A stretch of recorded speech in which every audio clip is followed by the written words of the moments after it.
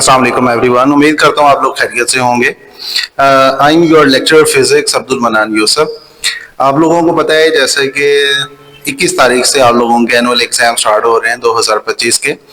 तो मैंने ये सोचा कि आप लोगों के लिए चैप्टर वाइज जो भी इंपॉर्टेंट लॉन्ग क्वेश्चन है, न्यूमेरिकल्स हैं या चैप्टर वाइज शॉर्ट क्वेश्चन है चैप्टर के अंदर से, वो आप लोगों तक प्रोवाइड कर दूँ। तो इसके लिए ये एक अहम बात ये है कि ये वीडियो ना सिर्फ लाहौर बोर्ड के स्टूडेंट के लिए है बल्कि पंजाब के जितने भी बोर्ड हैं उनके लिए ये वीडियो बड़ी इंपॉर्टेंट होने वाली है। तो चलिए स्टार्ट करते हैं। आपका चैप्टर 2 से लॉन्ग क्वेश्चन आता होता है, चैप्टर 1 से लॉन्ग क्वेश्चन नहीं आता।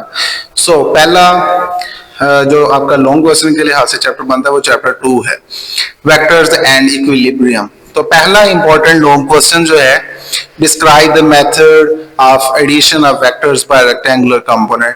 ये लॉन्ग क्वेश्चन 2024 के एनुअल एग्जाम में लाहौर बोर्ड में आया हुआ है। नेक्स्ट क्वेश्चन है, what is mean by scalar product, give its examples, describe the important characteristic of scalar और डॉट प्रोडक्ट। स्केलर प्रोडक्ट का ही दूसरा नाम डॉट प्रोडक्ट भी है। तो इसको आपने इस तरह से लिखना है, स्केलर प्रोडक्ट की डेफिनेशन लिखेंगे, स्केलर प्रोडक्ट की एग्जांपल्स लिखेंगे, देन आप लोग क्या करेंगे, फिजिकल सिग्निफिकेंस बताएंगे। उसके बाद आप कोई से 4 कैरेक्टरिस्टिक लिखेंगे, लेकिन डायग्राम भी साथ में जरूर मेंशन कीजिएगा। पैरेलल वेक्टर लिख रहे हैं तो 2 पैरेलल वेक्टर जरूर बनाइएगा, और यूनिट वेक्टर के अकॉर्डिंग अगर कोई बात हो रही है तो वो भी आपने लाजमी तौर पे लिखनी है। तो नेक्स्ट क्वेश्चन है, define and explain vector product. तो वेक्टर प्रोडक्ट की आप डेफिनेशन लिखेंगे, एग्जांपल लिखेंगे, उसके बाद वेक्टर रिप्रेजेंटेशन मतलब पोजीशन वेक्टर जो आपको मिल रहा होता है, ठीक है, वो आपने डायग्राम की मदद से बताना है, क्लॉकवाइज में और एंटी क्लॉकवाइज में।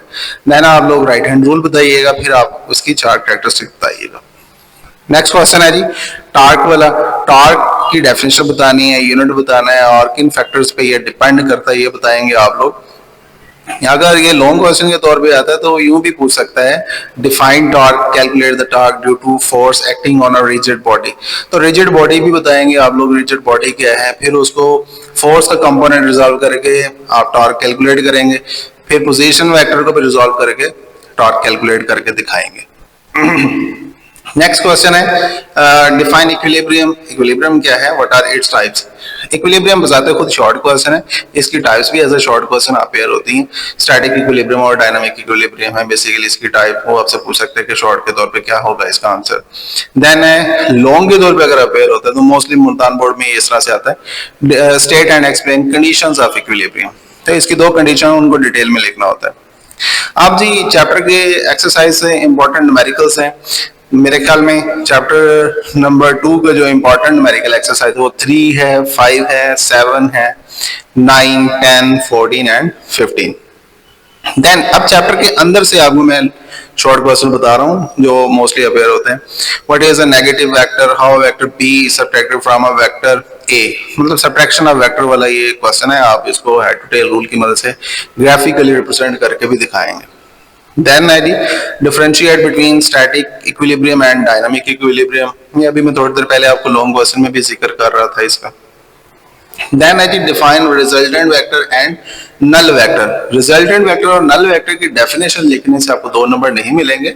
रिजल्टेंट वेक्टर और नल वेक्टर की डेफिनेशंस लिखें, इनकी एग्जांपल्स अगर हैं तो वो लिख दें, अगर नहीं है तो फिर इनको ऑब्टेन कैसे करते हैं, मतलब मिलते कैसे हैं दोनों के दोनों वेक्टर। रिजल्टेंट वेक्टर कैसे मिलता है, नल वेक्टर कैसे मिलता है, तो इसको ड्रा कर सकते हैं, नल वेक्टर को नहीं कर सकते। इस तरह की 3-4 पॉइंट इसके बारे में लिखिएगा जरूर।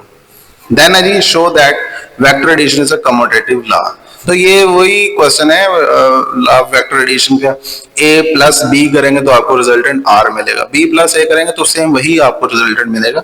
तो इस तरह से ये लॉ ऑफ वेक्टर एडिशन के हवाले से।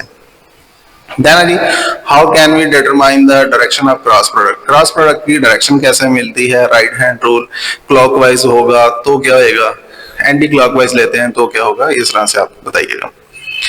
अच्छा जी, अब आखिर में आपने एक्सरसाइज के तमाम शॉर्ट क्वेश्चन करने हैं, लेकिन इनमें से आप ये 5 क्वेश्चन छोड़ सकते हैं या 4 क्वेश्चन छोड़ सकते हैं, 14 वाला, 16 वाला, 19 वाला और 20 वाला। ये एक्सरसाइज के शॉर्ट छोड़ देगा, बाकी लाजमी तौर पर याद कीजिएगा। उम्मीद करता हूँ आपको ये वीडियो पसंद आई होगी।